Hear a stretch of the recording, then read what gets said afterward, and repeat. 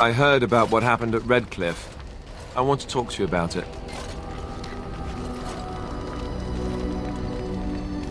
I wish I'd been there, but no, I'm not upset about that. I just wanted to thank you. You went out of your way to save the Arl's family, and you did it. Even though it would have been easier not to. There's been so much death and destruction. It makes me feel good that at least we were able to save something. No matter how small. I owed the Arl that much. You're right. Hopefully, by that time, there's still enough of Ferelden left to save. Good.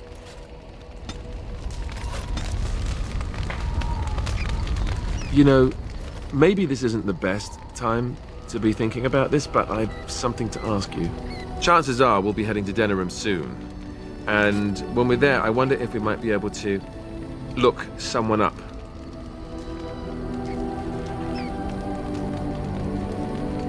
No, I know that. That's not what I'm talking about. The thing is, I have a sister, a half-sister. I told you about my mother, right? She was a servant at Redcliffe Castle and she had a daughter. Only, I never knew about her. I don't think she knew about me either. They kept my birth a secret after all. But after I became a Grey Warden, I did some checking and, well, I found out she's still alive. In Denerim.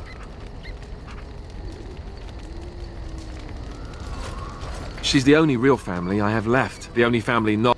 With the Blight coming and everything, I don't know if I'll ever get another chance to... Could we?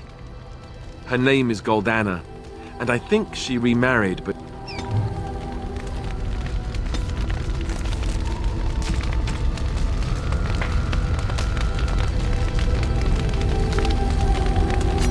Is that for me?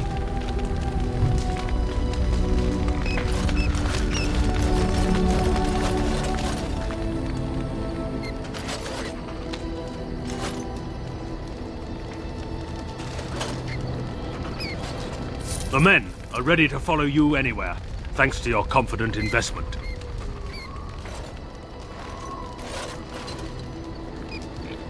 Very generous, Warden.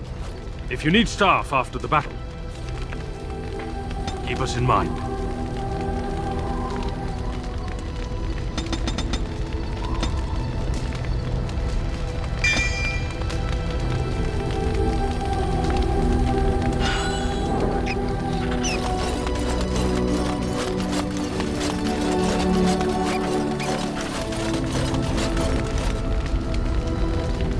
What is your wish, Kadan? I am hardly surprised. Very well. As you... Right here, old pal. What about? All right.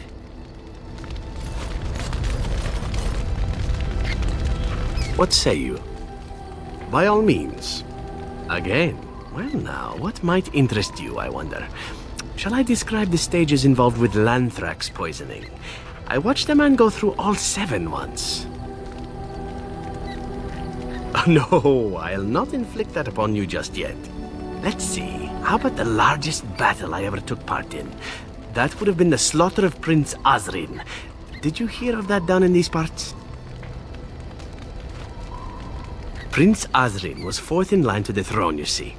He started off as 11th, but worked his way up the old-fashioned method by inheriting control of an entire Crocell from his grandfather. After assassinating his way through the royal family, the king hired 3 other cells to take down Prince Osrin once and for all.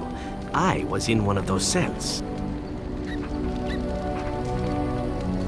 Antivan royalty is very much bound up in the Crows. You wouldn't want it run by a bunch of commoners, after all, would you? And this means they get involved in politics quite often. This particular fight nearly bankrupted the nation, I understand. It almost ended up putting a Crow on the throne, a commoner. But that's a whole different story. I played a very small part. My part in the entire battle was taken up trying to reach Princess Verina, who had thrown in with her brother. I killed about 11 of her guards personally before I got knocked out of a window. I landed in a river and nearly drowned. I was fished out by some urchins who robbed me blind. Made off with my boots, too. At least they didn't cut my throat. And that was my part in history. It's true. I live a charmed life. But there you go. What say you? By all means. Well, the only one that's really worth telling is the story of the mission right before I came to Ferelden. But no, I would rather not. Thank you.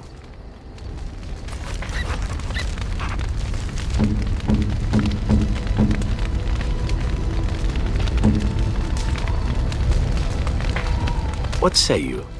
By all means. What's on your mind? Cure me? What, am I sick now? Even you know that you cannot cure the dead. And I'm not the only one dying. You are too. I'm just more efficient about it. Ah, child. Your concern is heartwarming. But death comes to everyone, and it is not something to fear. People fear not death, but having life taken from them. Many waste the life given to them, occupying themselves with things that do not matter. When the end comes, they say they did not have time enough to spend with loved ones, to fulfill dreams, to go on adventures they only talked about. But why should you fear death if you are happy with the life you have led? If you can look back on everything and say, yes, I am content. It is enough. Ah, human nature. I think I've led a good life, a full life, and I, for one, am not afraid of death, whatever it may bring. They say that when you die, your spirit travels. What's on your mind? I try not to dwell too much on the mistakes of my past, of which there are many. I would go quite mad if I did that. But I do have one regret. The greatest misstep of my life, made even more grave because it had dire consequences for someone else. Years ago, I was assigned as mentor to a lad, Anarin. He was my first apprentice. Anarin was an elf, raised in one of the elven alienages, and he was very mistrustful of humans, especially humans in authority.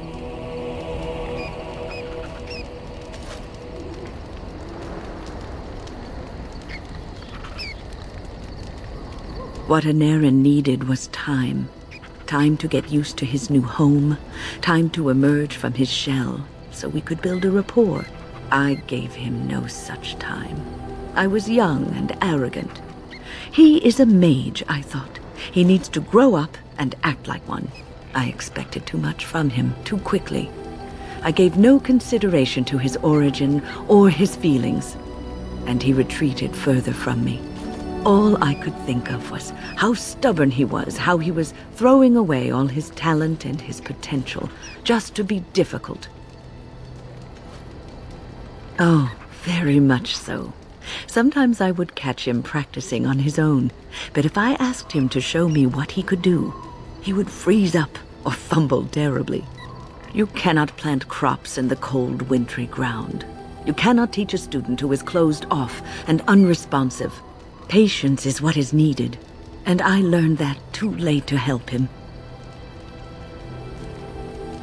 Anarin ran away from the circle one night. I had berated him over some trivial, ridiculous matter that I no longer remember. I drove him away because of something utterly unimportant. He was a child, 14 at the time of his leaving. They had his phylactery, and they hunted him down.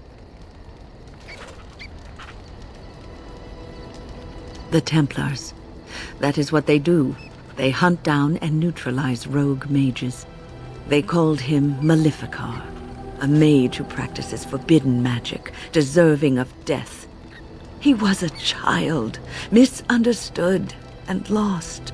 I begged the Templars to tell me if he suffered, if they gave him a quick death. I got no answers from them. I was his mentor, and they wouldn't even tell me what became of him. I should have known better. I had the best mentors. They were kind, compassionate. Why didn't I learn from them? I failed Anarin. All I had to do was listen to him. He would try to talk to me, and I would tell him to concentrate on his spells. He talked about the alienage sometimes, and the Dalish. He always talked about looking for the Dalish elves. The Templars are well-trained and thorough. The apprentices that came after Anarin benefited greatly from the lessons I learned from him. In a sense, he was my teacher, and I his student. And there it is.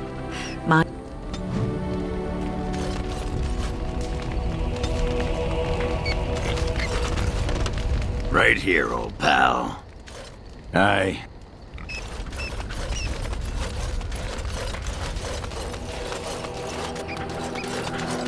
You and your friends are formidable. I'm...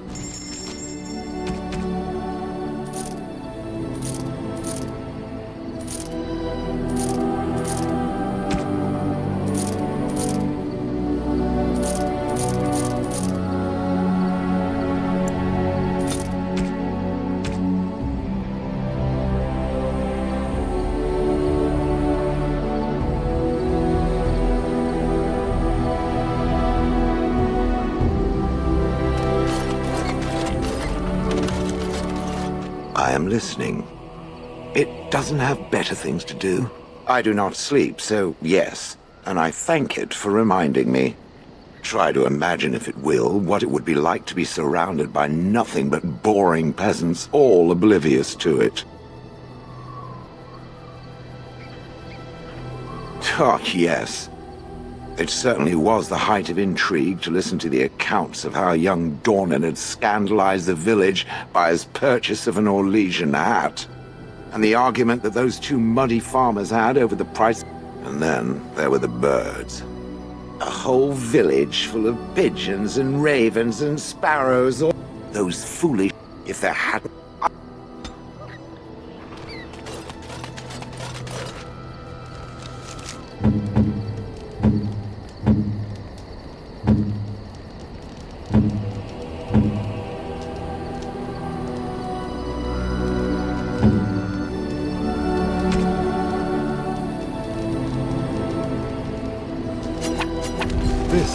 This is my mother's amulet. It has to be. But why isn't it broken? Where did you find it? Oh, the Arl study?